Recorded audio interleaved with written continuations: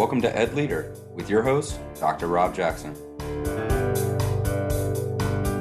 Join Dr. Jackson for conversations and reflections on improving educational leadership from the classroom to the boardroom and beyond.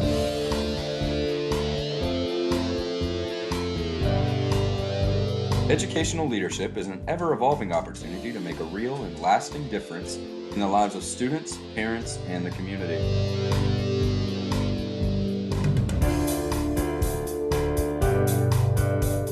And now, here's your host, Dr. Rob Jackson.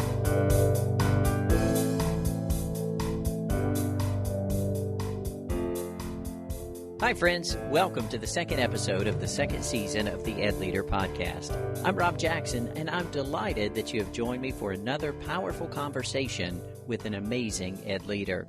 As the podcast continues to grow with new listeners joining us each week, I'm reminded of a quote from Maddie Stepanek, an American poet who lived only 14 years, but in that short span published 7 books. He famously said, "Unity is strength. When there is teamwork and collaboration, wonderful things can be achieved." Today's guest absolutely believes strength is found in teamwork and collaboration. Get ready for another powerful conversation. Let's get to it. The son of 2 educators, today's guest comes to this work naturally.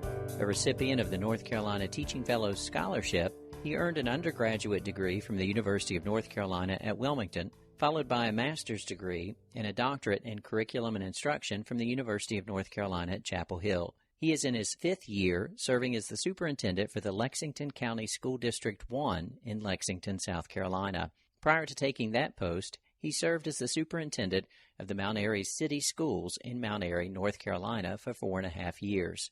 Now in his 9th year as a superintendent, he is a mentor to many ed leaders, including myself. Please allow me to introduce my friend and colleague, Dr. Greg Little. Dr. Little, thank you for joining me. Welcome, buddy. Well, it is great to be here, Rob. Absolute pleasure to talk to you today. Thank you so much. I tell you what, for our listeners, Dr. Greg Little is one of my educational heroes. As I became a superintendent now about 6.5 years ago, he was one of the first to reach out to me and make sure that I didn't stub my toe too many times. So Dr. Little, I certainly appreciate that. Well, listen, I knew you were going to be an absolute fantastic leader. It's turned out to be that way, Rob. I follow your career from certainly from Twitter and from social media. You've got amazing things going on. Carteret County is in tremendous hands with you at the helm.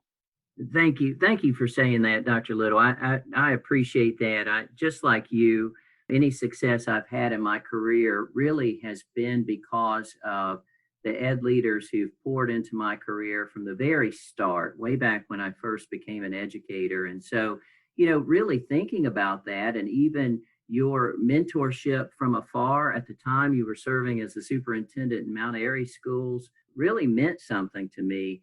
Talk to me for a second about the importance of ed leaders really pouring into others and taking care of the profession through that. Well, I think I am the beneficiary of some really fantastic people who decided they were willing to give of their time and their energy and their effort to take a young superintendent who had no experience, and was really just trying to keep his head above water. And, I think of like Dr. Larry Coble and Jack Koch, Jim Watson, and Andy Overstreet. I mean, some really just what I consider to be educational giants. And they took the time to look out after me. And at the same time, that there were superintendents like Rodney Shotwell and Patrick Miller and Janet Mason, who also took me under their wings. And they were sitting superintendents at the time. And they really looked out after me and started to create a professional network. And I think now that I've been a superintendent going on almost 9 years now, it is absolutely vital. And I would probably say what I consider to be, it's one of the great responsibilities that we have is to give to others and develop the leadership in others. Again, people did that for me, and I feel a real obligation to try to do that for other people. And it's just, sometimes it's just calling, check in how folks are doing. The superintendency is a lonely profession. There's always so many people that know what we go through on a daily basis. And so it's even more important to check in and to really connect with people and to make sure that they're doing okay. And again, I'm incredibly lucky because some dynamic people said, we want to pay attention to him and give to him. And they poured out their knowledge and expertise to me, and we're always there. I should also note Jim Simeon was another one. I hate making lists because I always forget somebody, but really I've been so lucky because I've had some amazing mentors as I've approached the superintendency. Well, I tell you, just listening to you talk, as you've named name after name, many of those would be on the Mount Rushmore of ed leaders, certainly. Just amazing ed leaders, men and women you mentioned, who've done such a great job for so many. And you and I among that group, beyond the students, teachers, principals they served in their districts and others, also reaching across district lines is so very important. And so, Greg, as I think about you there serving in one of the country's really premier school districts in Lexington, one there in South Carolina, how do you promote that among the principals and leaders in your district? You certainly have enjoyed that in your career. You've paid that forward. I'm certainly one example of that. But how do you promote that within your district leadership team and even within the teachers? I think informally is the relationships that we do one-on-one. And I think that's certainly part of leadership development and mentorship. So I'll put that sort of in a bucket over here. But I think also your district has to make that a priority. If leadership development and building capacity is not an event, it's not a course you take, it's not a one-time deal, or even a retreat of some kind. It's not an event. It's really about a process and how you do business. And so in Lexington 1, we've really dedicated a lot of resources and time into leadership development, and we've tried to make that part of our DNA. So we've overhauled how we select and prepare assistant principals. We overhauled how we select and prepare principals. As sitting principals, we provide them executive coaching. We are now building formal teacher leadership roles. In fact, that was one of the big victims of our COVID-19 implementation. We were getting ready to roll that out in the spring, just as the quarantine hit. So we'll try to roll that out now in January of 2021. And then we want to expand that to other leadership roles, bus supervisors, cafeteria managers, head custodians, and leadership across the board. So for us, leadership development is really a core value and a part of our DNA. And when we were implementing our Lexington 1 executive leadership program, every time we would we feel like we would come up with a solution and we'd say, yes, we finally resolved it. And then we realized there were 2 or 3 more questions. And we're like, oh man, we didn't even think about that. So now we got to fix that. And it really became, it was really more like an onion, where we said, well, how do we want to prepare assistant principals? And we started with what we thought was a really simple question, which was, how do we prepare assistant principals in our school district for principalships? And we said, and I really thought it was at first, and this is going to be funny. So when I'm writing my educational book now, I'm going to deny this whole story. So maybe I shouldn't say it, but I really expected it to be more like a series of classes where we just bring these folks together and we try to do this stuff. I cannot tell you how far from that we ended up landing now 4 years later, and we're 4 years into that work. And it's really something else when you see these folks that you are spending so much time with. They're now principals or they're now district leaders, and you start seeing them grow. And the pandemic, it never became more apparent than right now as we've been dealing with the pandemic, because you have to have leadership across the board. We would never be able to have addressed what we've addressed and the scope and scale at which we've addressed it if the decision points were only being made by a very few small number of people. If we didn't have leadership across the board, these men and women are doing amazing work, problem solving, being critical thinkers, who are willing to give their opinion and be brave in their opinion and talk about it. That is the stuff that has been really the secret sauce of our success. For us, it's part of our DNA. And I'm so proud of that work, because as we then saw this crisis since March over the last 6 months, that work has really paid huge dividends. You and I both have a mutual friend, and probably somebody else who belongs on the Mount Rushmore of educational leaders. His name is Dr. Freddie Williamson, and he is well known for saying over and over and over, leadership matters.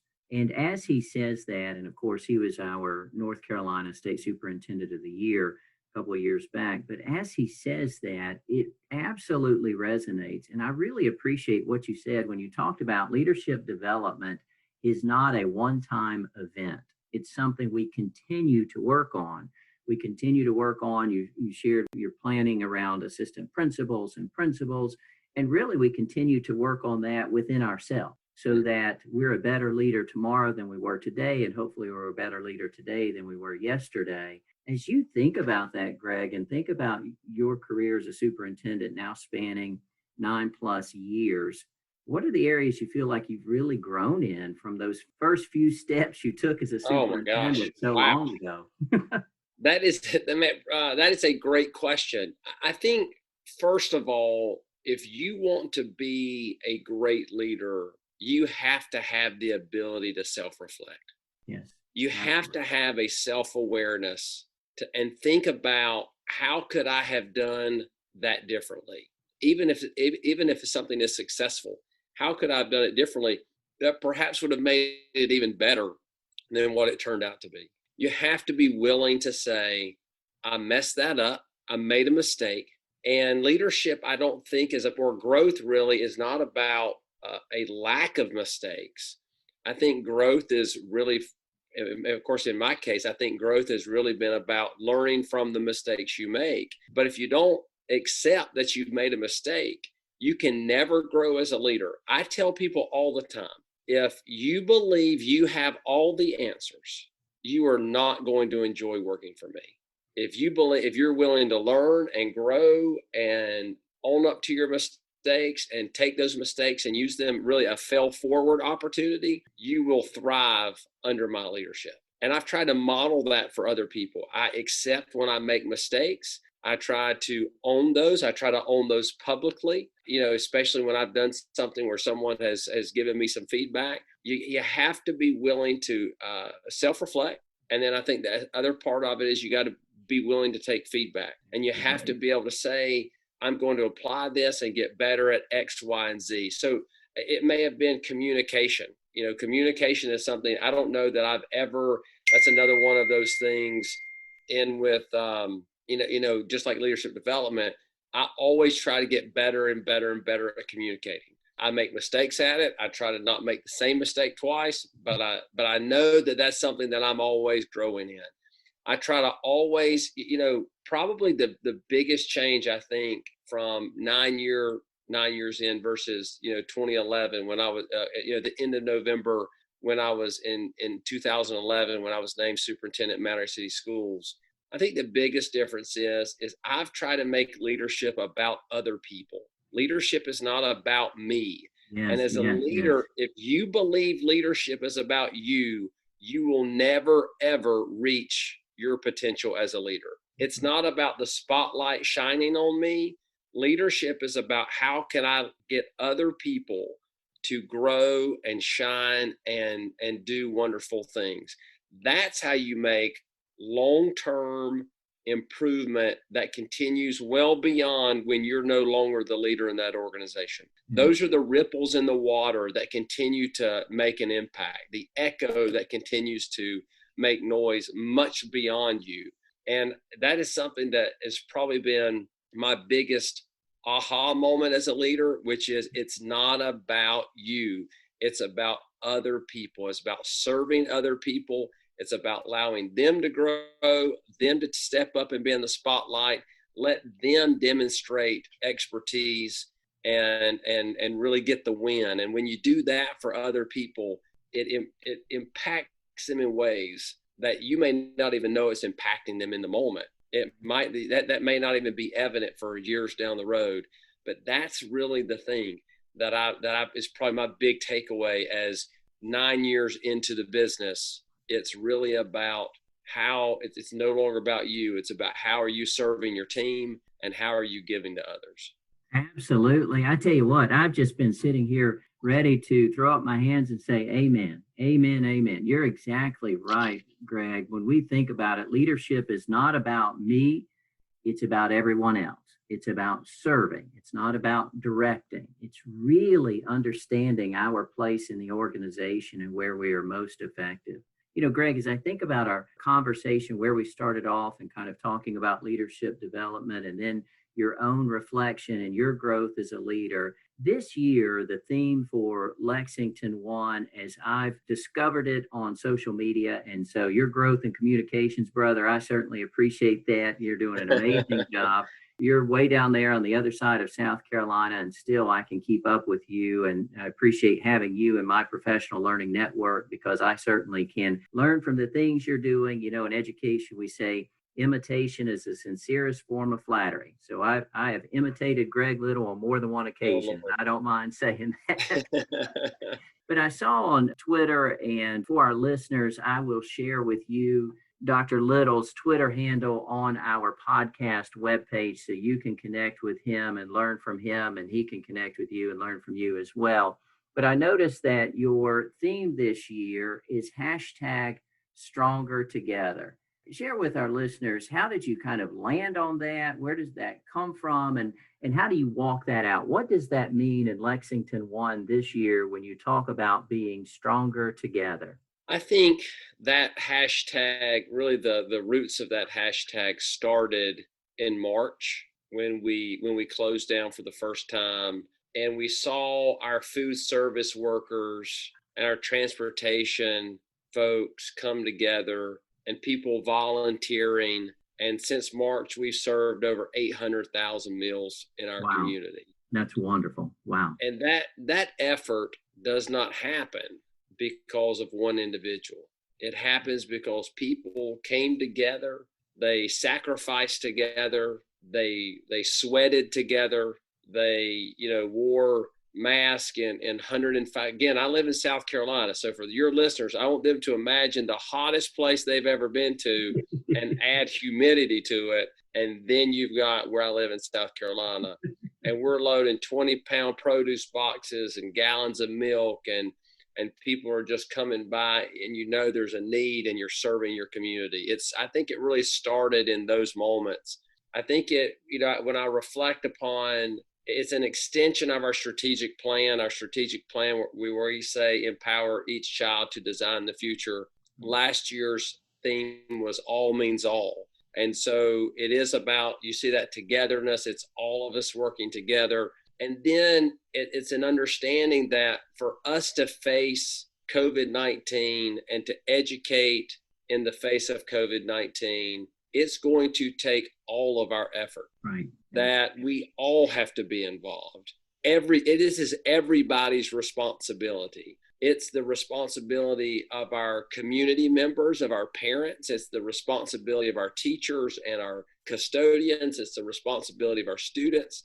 It's going to take, it is a monumental effort, not only to plan and prepare, but now to execute that plan and to be able to stay in school throughout the year. It's going to take all of us. And so that's where, we created that idea that we are stronger together and we can face this. We can face it. We can learn how to not just live with COVID-19, but that we can learn to, we can thrive. But the only way that happens is if we bring together that collective expertise and experience, and we use that, and we're all pointing in the same direction, that we have to work together. This is all about teamwork and collaboration. And that was really the root of the theme for Stronger Together. I tell you what, that's so powerful. And Greg, as you were sharing that, and thank you so much for sharing it, one of the things that you did was you reflected back to the theme you had last year, which was all means all. And this year, stronger together. And what I heard just in those 2 years is a connection. Sometimes ed leaders, principals, superintendents, and others tend to have a theme from year to year. Most of us have a theme each year, but the theme this year may be way over here, and the theme next year is way over there. And 3 years ago, it was something else. And then there's the ed leader who has a theme at the opening staff meeting and never mentions it again for the entirety of the school year. And so when you hear from strong ed leaders, typically what we hear is a relevance and the relationship between the theme this year and the theme last year and the theme 3 years ago. And by the way, it's going to be related to our theme next year because we are on this journey of continuous improvement, and we're not allowing ourselves to be pulled to the left or to the right, but we're really keeping focused on the main thing. And I heard you talk earlier about your strategic plan. How do you do that work, Greg? How do you keep everyone focused on the strategic plan or going forward the direction you're going without being pulled to the left or the right, particularly in a pandemic where we're literally having to redo everything we do in education in terms of how we ride a bus and how we walk in a building and wearing masks and all that sort of thing? How do you keep your folks focused and really laser focused on the main thing in Lexington 1? Well, if this were an easy answer, maybe I would have the educational book written, and maybe I would be former Superintendent Greg Little if I had the easy answer to this one. And I know we only have a 30-minute podcast, so I'll try to be brief when I say this. This is really about the foundation of the strategic plan that we created. This past year would have been the second year of implementation. We really grounded our work in the needs of our community. So it started with how we created the strategic plan. And that's what I cannot stress enough, because really the roots of it were about the needs of our community, where we took feedback from business leaders and from parents and from students and teachers and the board and everybody. We call it a community-based strategic plan. Because if I wanted to create a strategic plan, really the most efficient way to create a strategic plan is I could put together 4 or 5 people, and those 4 or 5 people could write the whole thing, and we would be done probably within the week. Right. Well, but it doesn't work that way. I know it's counterintuitive, but you have to be more inefficient early so that you create something that is actually reflective of the needs of where you live and work. So that was really the first part. Then what we've done is every month we have a district leadership team meeting where all of our principals come together, and we have central service folks come together, our directors and some other folks. And then when we come together, the work that we do is the work of the strategic plan. And so we align our professional development plans. We align our school work plan. We really put all of those things in the same bucket. And we try not to allow. I don't want to say we don't get, again, when the wind blows and can kind of knock you off course. But we've really aligned all of those things to that strategic plan. And when we were writing it, I told people, don't put it down unless you're serious about it happening. Right. Because we are not going to do, and then as the leader, what you have to take responsibility of, you can't just make the strategic plan and then revisit it in May. You can't write it in September and then come back in May and go, oh yeah, remember that whole strategic plan thing we did? I think it was Rick DeFore who said planning is the illusion of action. So you have to take that planning process you go through and then actually have action around it. And so we make everything that we do about our strategic plan. It's really the only way I know how to do it. If I had a better way to do it, I would do it a different way. But so we do our literacy plans and all those different plans we do. Our principals have to do a professional development plan as part of the evaluation, the South Carolina principal evaluation. We align all of that work to the strategic plan. And all of that work, you can draw a direct line from our strategic plan to that. Now, how that has helped us in the pandemic is when we talk about all students, regardless of circumstances. We talk about cultivating a caring community. When we have commitments, we don't have goals, we have commitments in the plan. It's commitments to our community. When we have those commitments, those things are still driving our work, even though we're responding to the pandemic. And that has been very much part of what we do. And now it's become more become a part of who we are. Now, one of the guys that I steal lots of things from is Aaron Spence from Virginia Beach. Yes. He used to be in North Carolina. I've stolen all kinds of stuff from him. But one of the things that I've taken from him is he talks about the hard yes versus the convenient no.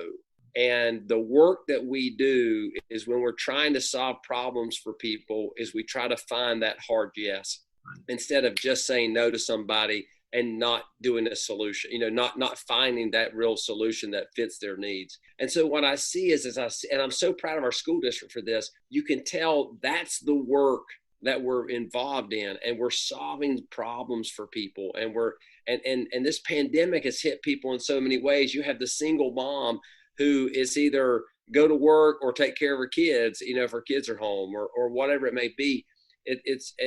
We've discovered all these individual things where challenges and obstacles that people have, and it takes us really fleshing that out. And we're a school district of 27,000 students. I mean, we're not a mom and pop school district, but what you see our school district doing is we're acting like we're a small school district, because we're willing to say we're going to solve your individual need.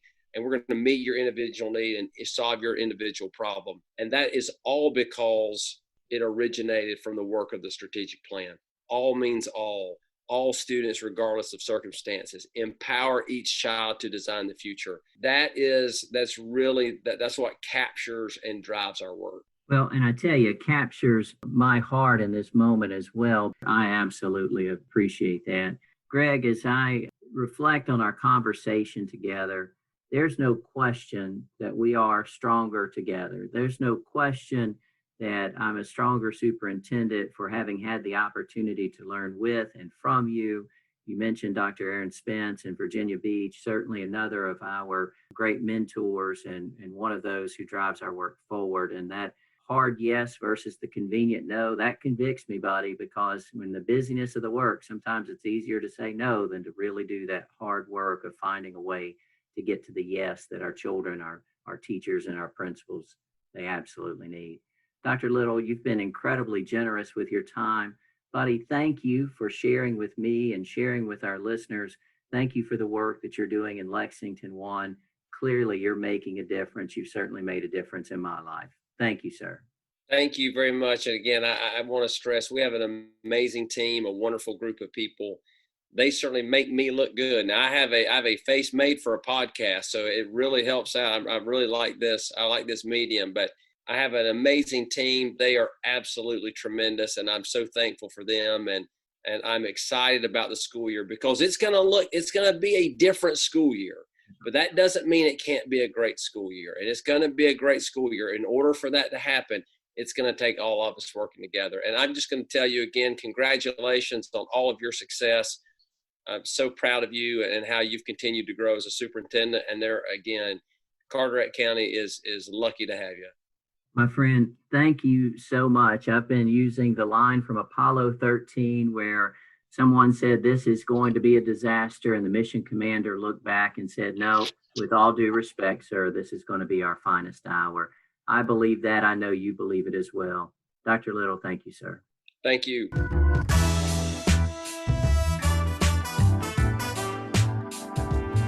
I hope that you enjoyed our time today with Dr. Little. I loved hearing his passion while he shared that all means all and that we are stronger together. Remember, you can find show notes at drrobjackson.com. Be looking for the special EdLeader series, Lessons from the Lightkeeper, that will launch the first week of September. Thank you for spending time with me today, and thank you for all that you do for every student, every teacher, and every staff member. You are making a difference. If no one else has told you, I want you to know that I believe in you. Good day.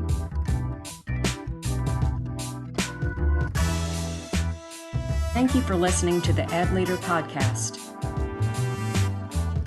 Please subscribe to the podcast and consider leaving a review with 5 stars on Apple Podcasts so that we may continue to grow the EdLeader community. We hope that you have enjoyed your time with Dr. Jackson. Until next time.